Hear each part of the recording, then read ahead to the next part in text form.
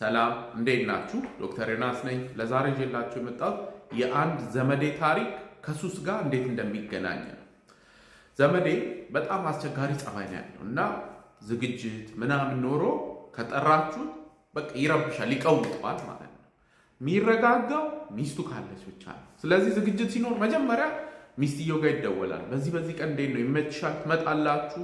አዎ እንመጣለን ካለት ከዛ ለሱ ይደወልና በቃ እንትን አለ ኑ ምናምን ይባላል። ከእሷ ጋር አብሮ ከመጣ ሰላም፣ እሱ ሊቀውጥ ምናምን ይፈልጋል፣ ግን እሷ ታረጋገዋለች። ስለዚህ እሷ ካለች ፒስ ነው ማለት ነው። እሷ ከሌለች ደግሞ አጋጣሚ ለብቻው ከመጣ በቃ ይረብሻል፣ ያስቸግራል። ይሄ እንግዲህ ከሱስ ጋር ፓራላልስ ማየት እንችላለን። ሱስ የሚያመጡ ነገሮች በአጠቃላይ በሁለት ይከፈላል፣ አፐርስ እና ዳውነርስ። አፐርስ ማለት አነቃቂ ነው። ዳውነርስ ማለት ደግሞ አደንዛዥ እጽ ማለት ነው። አነቃቂ ነገር ስንወስድ አእምሯችን ምን ይለናል? እረ ሰውየው በጣም የተነቃቃ ነው፣ ማረጋጊያ ነገሮችን አመንጭ ይላል። ስለዚህ ባላንስ ይሰራል። አንዳንድ ጊዜ ደግሞ ሰዎች አደንዛዥ ሲወስዱ እረ ሰውየው እየፈዘዘልን ነው፣ እነዚህ ነቃ የሚያረጉትን ነገር አምረት ይላል አእምሯችን። ከዛ በኋላ ቀስ በቀስ አእምሯችን እየተለወጠ ይሄዳል እና ይሄ እንግዲህ ልክ ሰዎች ውስጥ ለማቆም ሲወስኑ ተጽዕኖ ያመጣል። ለዛሬ ስፔሲፊካሊ ኦፒዮይድስ የሚባሉትን እንውሰዳቸው። ኦፒዮይድስ የሚባሉት ዳውነርስ ናቸው፣ አደንዛዥ ናቸው።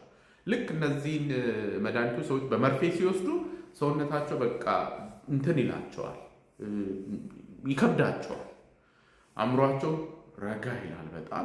ከዛ በኋላ እንግዲህ ስትሪት ላይ ኖዲንግ ኦፍ ይባላል፣ በቃ እንቅልፋቸውን ይተኛሉ። እና እንደዛ ሲሆን አእምሮ ላይ እረ ሰውየው ዝም ብሎ እየተኛ ነው፣ እነዚህ የሚያነቃቁትን ንጥረ ነገሮች አምርት ይባላል። ከዛ ሎከስ ሴሪለስ ምትባላለች፣ እዛ ጋር ኖራድሪናሊን ይመነጫል። ስለዚህ ሰውየው በጣም እየተኛ ስለሆነ ኖራድሪናሉ በጣም ከፍ ሲል ባላንስ ይሰራል ማለት ነው። ሰውየው ሱሱን እስከወሰደ ድረስ ይሄ ባላንስ ኢዝ ኦኬ፣ ኖራድሪናሊኑ ከፍ ብሏል ከድሮ፣ ግን ሱሱ ደግሞ ባላንስ ስለሚያደርገው ሂ ዊል ቢ ኦኬ። ከዛ ሰውየው ወይ ቤተሰብ ይገፋፋውና ወይ በራሱ ከአሁን ወዲህ በቃ ሱስ አቆማለሁ ብሎ ሱሱን ሲተው ኖራድሪናሊኑ ይሄ ከሎከስ ሴሪለስ ላይ የሚመረተው ይቀውጠዋል። አሁን ተው የሚለው ነገር የለም፣ ለብቻው እንደ ዘመን የሆነ ማለት ነው። ይረብሻል።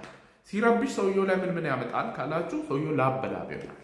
ሰውየው ደም ግፊቱ ይጨምራል፣ የልብ ምቱ ይፈጥናል፣ ያለቅሳል፣ ያስቀምጠዋል።